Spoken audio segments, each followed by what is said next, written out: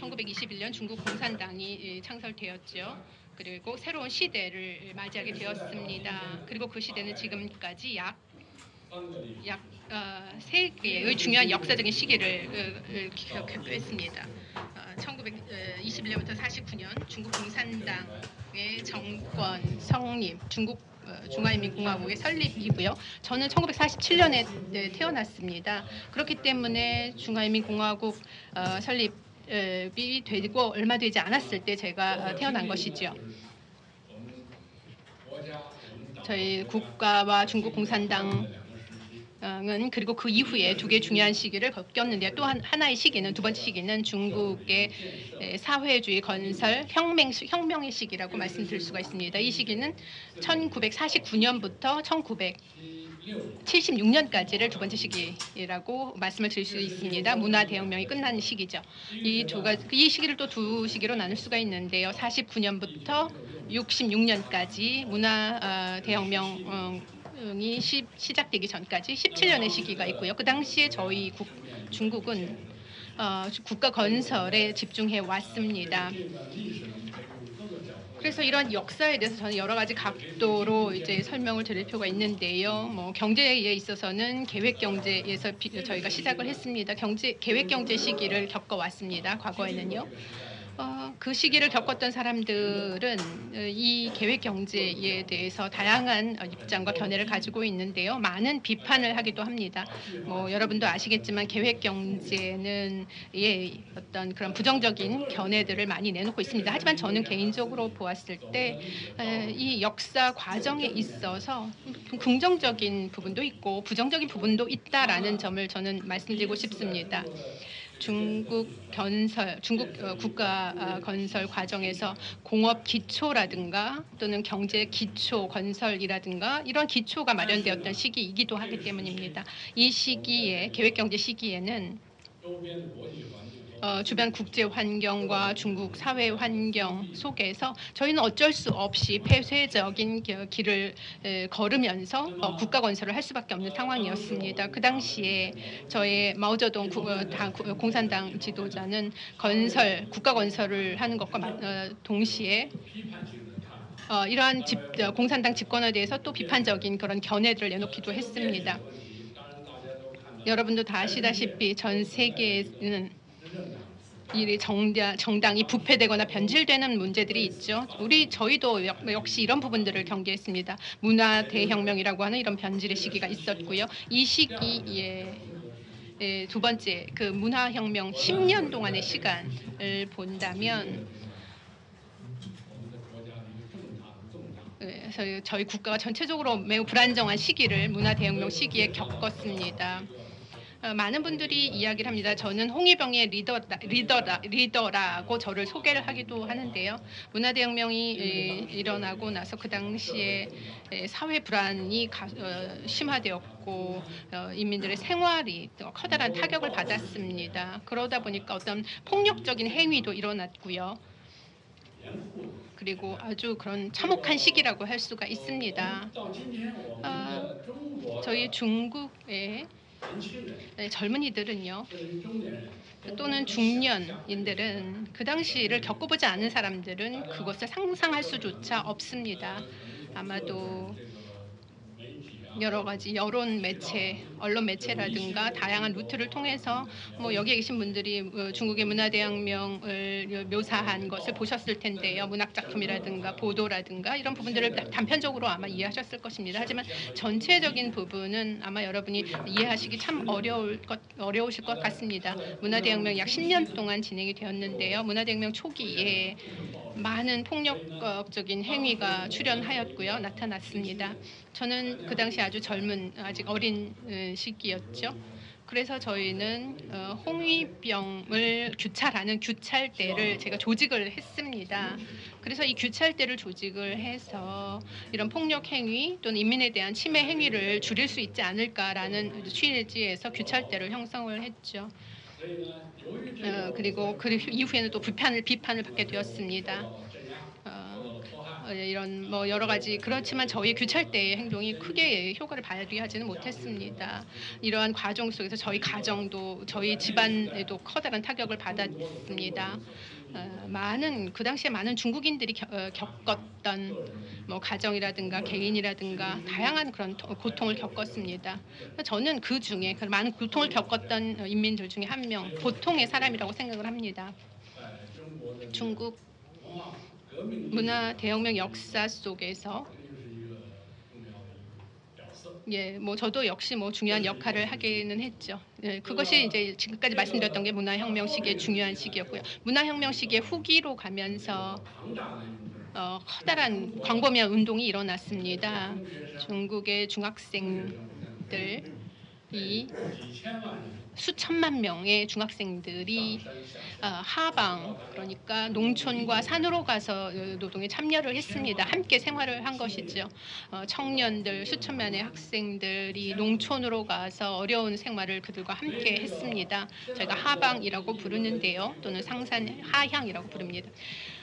저의 구술자, 저의 책에 보면 홍위병에서 CEO로 변한 저의 인생 역정을 모두 다 적고 있습니다.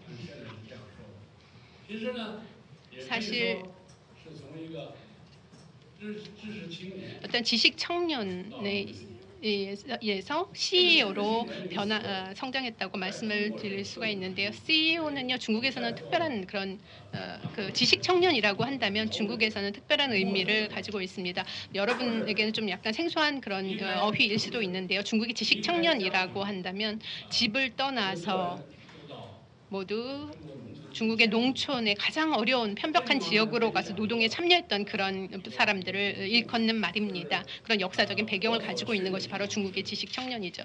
제가 갔던 지역은 중국 공산당들이 그 당시 13년 동안 그 분투를 했던 산시성의 산베이 지역으로 갔습니다. 거기에서 제가 농촌 생활을 했는데요. 아주 가난한 지역이었습니다. 거기서 제가 노동에 참여했고요. 현재 중국의 지도 계층의 대부분 사람들이 모두 다 중국 농촌에서 이러한 하방 생활을 했었습니다. 18차 공산당 대표대회에서 7명의 상임위원회 중에 6명이 모두 다 중국의 농촌에서 이렇게 하방, 상산, 하향을 했던 분들입니다. 이런 역사적인 경험을 가지고 있는 분들입니다. 저는 산베이의 이엔창현에서 제가 하방을 했고요. 시진핑 총서기께서는 그 당시에 산베이에 또 다른 현이 있는데요. 이엔촨현이라는 것이 있었습니다. 그 같은 지역의 이엔촨현에서 하방을 했습니다. 16살이셨고요. 가정이 그분의 가정도 그 당시에 고위 간부로서 많은 그런 비판, 타격을 받았던 적이 있죠. 그래서 그 직위를 잃었던 적이 있습니다. 그래서 이런 젊은 지식 청년, 15세의 지식 청년이 산베이로 가서 하방을 한 거예요. 저는 21세에 산베이에 갔고요. 전 산베이에서 4년 동안의 시간을 하방 생활을 했습니다. 시진핑 주석은 7년 동안 있었고요. 그 당시에 많은 사람들이 중국 공산당의 개혁의 지도자인 덩 샤오핑의 딸도 저와 같은 현에서 하방을 했습니다. 중국에는요, 18차 공산당 대표대회 이후에 부패 반대의 지도자인 왕치산 또 역시 후지엔의 또 다른 현에서 이렇게 하방 생활을 했습니다. 제가 이제 말씀드리고 싶은 것은 이 시대의 이러한 지식 청년들, 그들의 이런 역사과 변혁 속에서 그들의 삶과 이런 역사는 아주 긴밀하게 연관되어 있다는 점을 말씀을 드리고 싶습니다. 그 당시에 문화 대혁명이 일어났고 뭐 산이나 농촌으로 가서 이렇게 일을 하는 것은 하나의 역사적인 하나의 커다란 흐름이었습니다. 그래서 그곳에 가서 또 스스로를 단련하는 기회로 삼기도 했고요.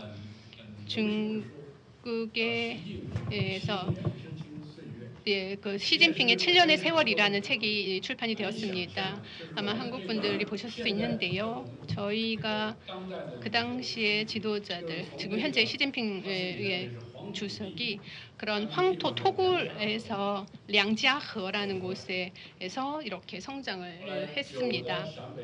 삼베이의 지역 사람들이 이런 말을 하는데요. 그 당시에 중국의 공산당들은 이엔안에서 황무지에서 이 지역으로 왔다라는 말씀들을 많이 하시는데요. 중국의 지도자들을 보면 뭐 시진핑 주석도 역시 마찬가지로 문화 대혁명 시기를 겪었고 그 시기에 이 하방을 겪었던, 그리고 하방을 통해서 스스로 자신의 어떤 젊은 시절을 단련했던, 그리고 국가에 대한 진정한 이해를 할 수 있었던 시기를 보냈던 분입니다.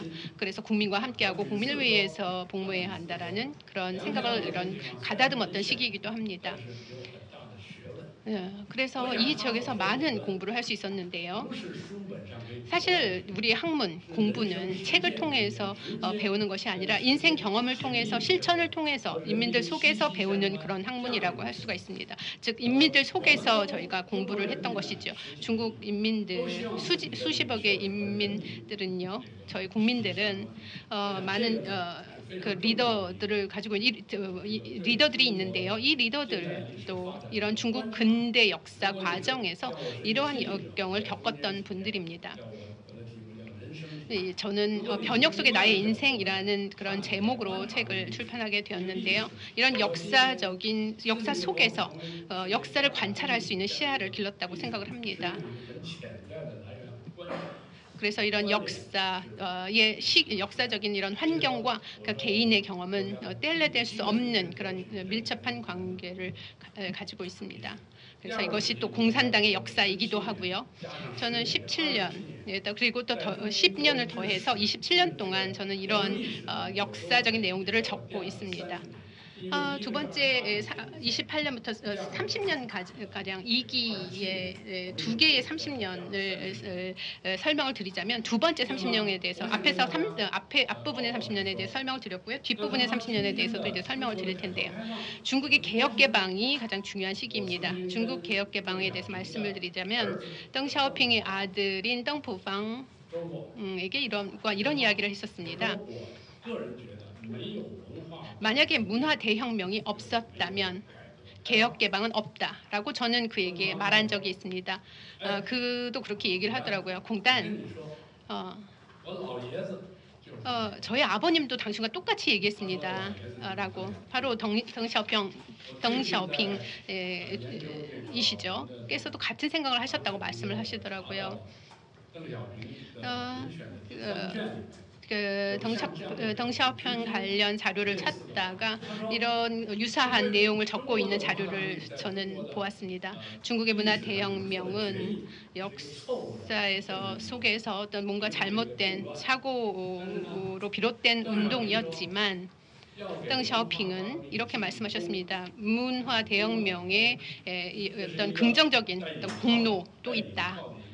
물론 거기에 이렇게 인용 표시를 써서 공로가 있다라고 말씀하셨는데요. 그것은 바로 과거에 문화 대혁명이라는 그런 착오가 없었다면 현재 개혁 개방은 없었다라는 그런 인식을 하고 있다는 점입니다. 그런 부분에서 같은 인식을 하고 있습니다.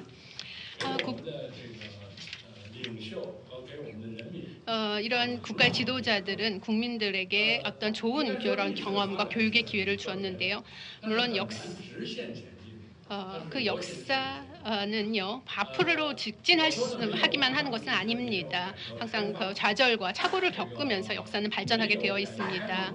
개혁 개방이 없었다면 이런 개혁 개방의 40년의 이러한 그 과정이 없었다면 저희 이러한 그런 미사일의 어떤 그 엔진과 같은 이런 원동력을 얻지 못했을 것입니다. 미사일은 그런 엔진이 있어야만 어떤 방향으로 쏘아 올릴 수가 있지요. 그렇기 때문에 제 경험에서 말씀을 드린다면 이러한 고난의 역사, 중국 공산당의 고난의 역사를 통해서 우리가 이런 폐쇄된 길로 걸어서는 안 된다는 것을 경험한 소중한 경험을 얻을 수 있었습니다. 계획 경제 시기에 문화 대혁명과 같은 이런 시기에 중국은 커다란 영향을 받았습니다. 그 당시 중국은 폐쇄적인 국가였습니다. 대외 개방을 하지 않았고요. 경직된 그런 나라였습니다. 활력을 찾아볼 수 없는 나라였지요. 예, 그러한 역사 시기입니다. 그래서 이제는 더 이상 그러한 과거의 노선을 걸어서는 안 된다라는 소중한 경험을 얻었습니다. 덩샤오핑의 중요한 말씀이 있는데요. 가난이 사회주의를 대표하는 것은 아니다라는 말씀을 하셨습니다. 좀 전에 저희 가정의 배경에 대해서 소개를 해주셨는데요. 60년대 저희 가정 부모님은 고위 간부를 하셨습니다. 저는 청소년 시기에 예, 그 당시에 저는 그런 배고픔의 고통을 알지 못했습니다. 만약에 제가 그 당시에 만약에 잘 자랐다면 아마 키가 지금보다 더 컸을 텐데요. 제가 하방 시기의 영양실조로 인해서 크지 못했습니다. 그 당시에 많은 청년들이 그랬죠.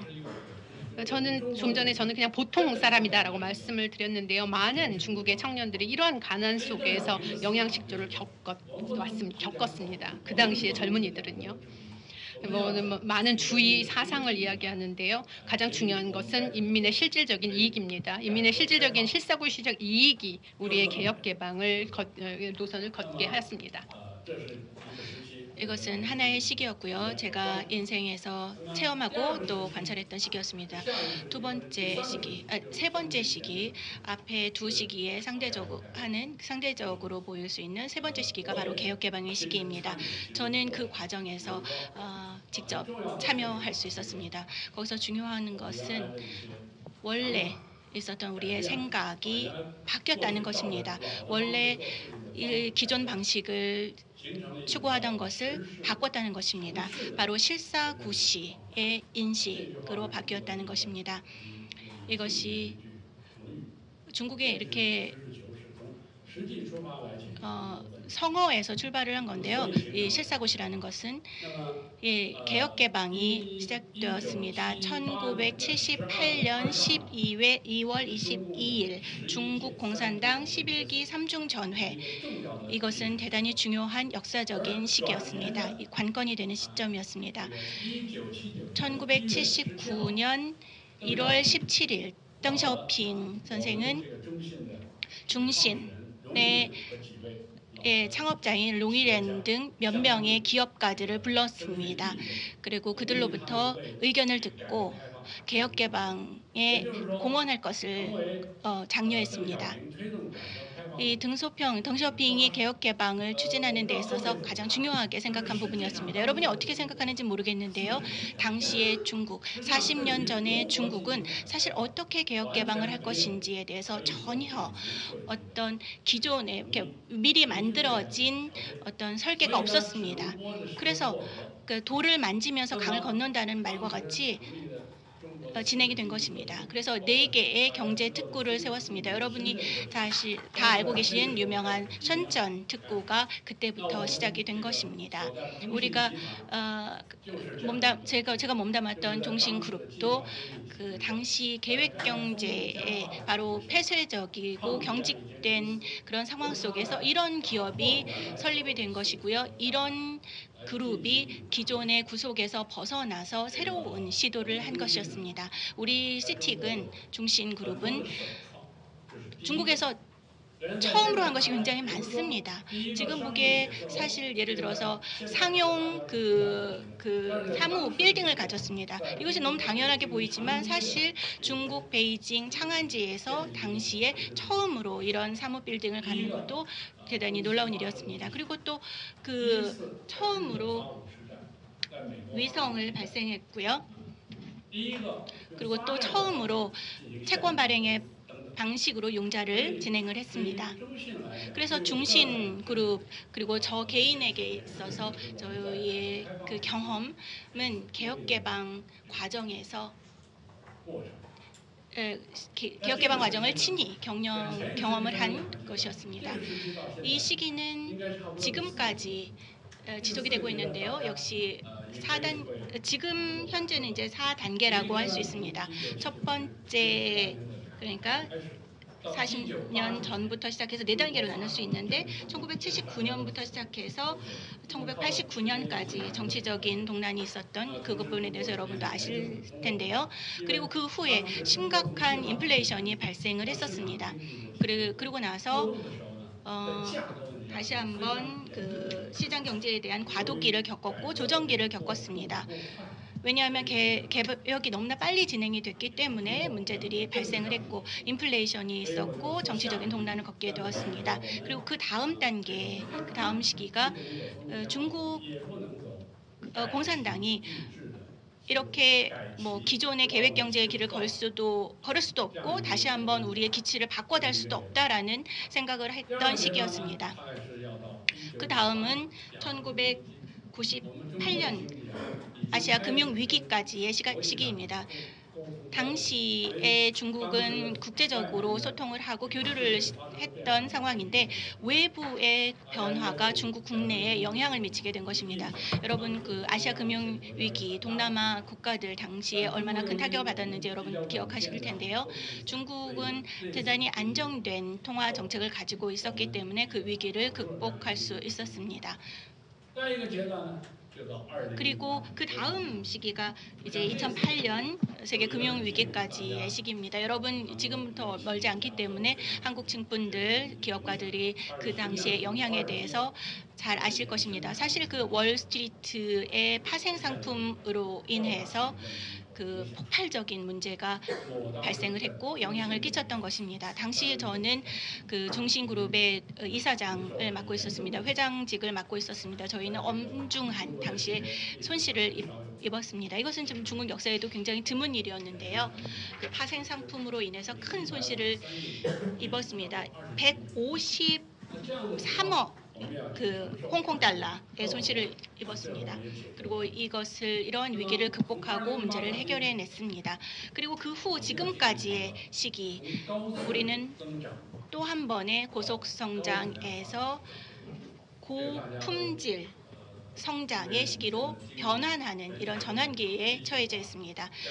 글로벌화 그리고 또 산업 밸류 체인 이런 것들이 중국의 기존의 발전과는 상당히 떨어진 면이 있었습니다. 이것이 그 후 중국은 제2대 경제대국으로 발전을 해왔습니다. 저는 많은 중국의 지도자 친구들이 있는데요.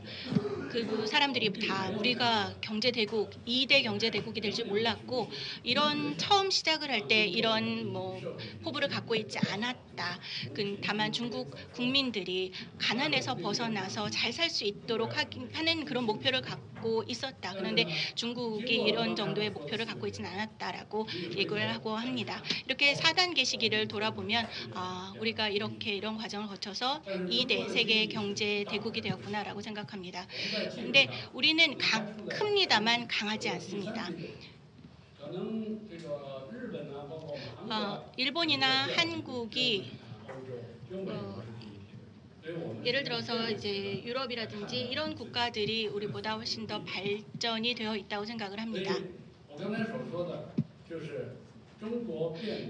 중국이 변형을 추진하면서 오늘날에 이르기까지의 역사 그리고 오늘날에 이르기까지의 이러한 과정들에 대해서 저는 개인적으로 느낀 바가 많이 있습니다. 우리 이 세대의 사람들, 이 시기를 겪어온 사람들은 그러한 발전의 경험을 직접 하고 목도해봤습니다. 사실 여러분들께서 관심을 가지는 것은 오늘날일 것입니다. 오늘날 방금 전에 문희상 국회의장께서도 말씀을 하신 바와 같이 전 세계적으로 가장 주목하고 있는 것이 바로 중국이 직면하고 있는 도전입니다. 이런 세계화, 글로벌화 과정에서 그리고 또 무역 전쟁, 미국과의 무역 전쟁 등에 가장 크게 주목하고 있을 것입니다. 이런 무역 전쟁에 대해서 대단히 중요한 그 관점은 바로 중국 제조업 2025입니다. 역사는 우리가 걸어온 길에서 멈추지 않습니다. 새로운 길을 열어나가게 됩니다. 저는 개인적으로 방금 전에도 역사적인 몇 단계에 대해서 방금 말씀을 드렸는데요. 중국의 경제, 중국의 체제는 몇 단계 다른 시기로 나눌 수가 있습니다. 그래서 중국의 계획 체제는 당시 제1세대 1시기에서 1.0 버전이었다고 생각을 합니다. 이 1.0 버전은 그 두 개의 성공적으로 한 것이 있었는데 하나 위성을 발생했고요. 또 기본적인 그 산업 체계를 완성을 했습니다. 두 번째 시기는 바로 우리 40년간의 발전의 시기입니다. 이 과정에서 중국의 체제 또 경제는 2.0 버전으로 성장을 했습니다. 우리는 가난했던 모습에서 탈피할 수 있었습니다. 우리는 기본적으로 경제 발전의 길에서 지속적으로 앞으로 나왔습니다. 1인당 GDP가 8,000달러 정도 수준에 머물고 있습니다만 그런데 지금 현재 우리가 직면하고 있는 대단히 심각한 문제가 있습니다. 중국 공산당에서 이 최근 세 가지 공격전, 다시 말해서 주안점을 발표를 했는데요. 그것은 부동산 리스크입니다. 그리고 또 중미 무역 전쟁의 그런 일면이 보이고 있습니다. 그리고 또 하나는 환경에 관한 것입니다. 환경보호전이라고 얘기를 하는데요. 장기적인 경제 발전 과정에서 중국의 국토, 환경이 큰 위험에 처해 있습니다. 그래서 더욱더 중요하게 그 환경 보호를 생각하고 있습니다. 또 하나는 바로 빈곤 구제 공격전이라고 얘기하는데요. 빈곤 탈피의 문제입니다. 시진핑 주석께서는 이렇게 말씀하셨습니다. 중국이 샤오캉 사회를 건설하는 데 있어서 한 사람도 낙오돼서는 안 된다. 한 사람도 빈곤해서는 안 된다라는 것입니다. 우리 현재 이제 낙오시켜서는 안 된다는 것입니다. 수천만 명의 그 빈곤 계층이 있는데요. 한 사람도 낙오시켜서는 안 된다는 것입니다. 그런데 이런 상황에서 지금 중미 무역 분쟁을 직면하고 있습니다. 이런 새로운 그런 압력, 압박 속에서 중화민족은 이를 해결할 방법이 있다고 생각합니다. 우리의 3.0 버전을 통해서 우리 모든 어려움을 극복해 나갈 수 있다고 생각합니다. 우리 중화민족의 저 어저께 그 방문을 통해서 이렇게 한국 기업들이, 한국 국민들이 어려움을 극복했던 것을 이해할 수 있었는데요. 중국도 그 계획 경제의 가난을 겪고 문화대혁명의 그 동난을 겪고 또 그 이후 개혁개방의 40년간의 긴 그 발전의 과정을 거쳐서 오늘 우리는 새로운 도전을 이겨낼 수 있는 능력을 갖췄다고 생각합니다. 지금까지 저의 경험과 제가 느낀 점들을 말씀드렸습니다. 틀린 점이 있다면 말씀해 주시기 바랍니다. 감사합니다.